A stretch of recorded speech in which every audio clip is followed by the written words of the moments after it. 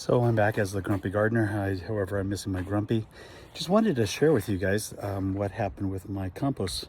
So let me switch this around real quick.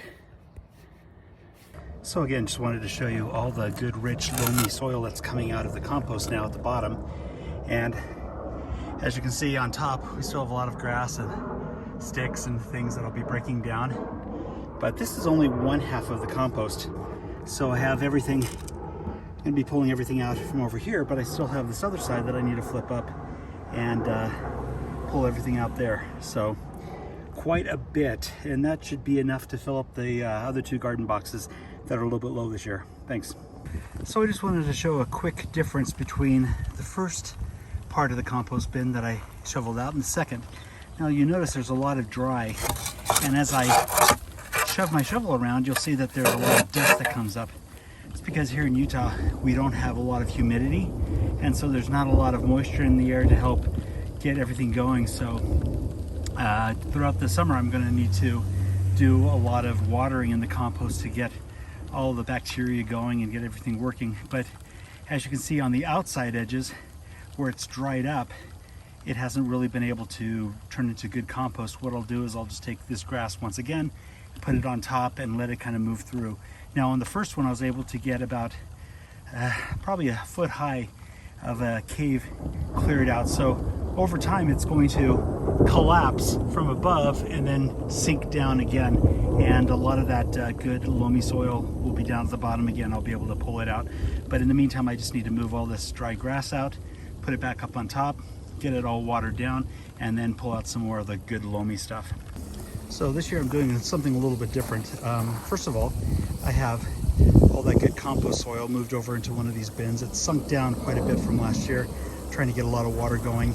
I got an acorn squash, spaghetti squash moving there, and a honeydew melon growing here. My strawberries and raspberries are doing pretty good.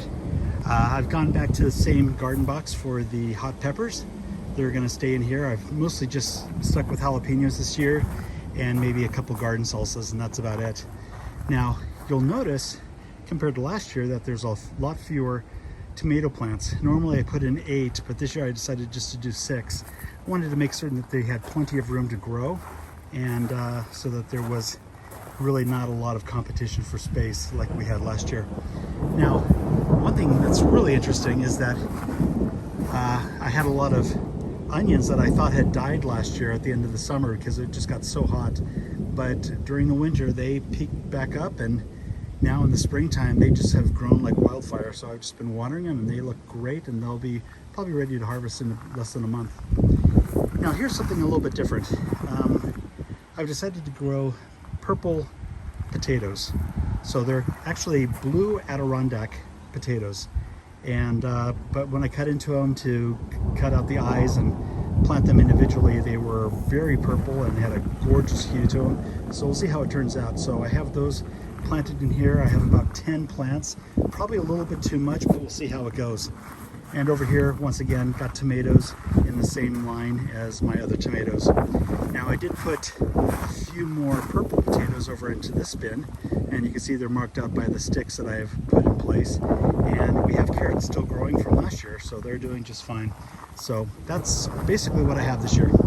So once again, after I've pulled away a lot of that dry grass, you'll see I bit into the nice, dark, rich, loamy soil back there. And that's what I'll be putting into the other garbage bin, garden bin, I should say. And now I'm starting to get hailed on and rained on, so I might just call this quits.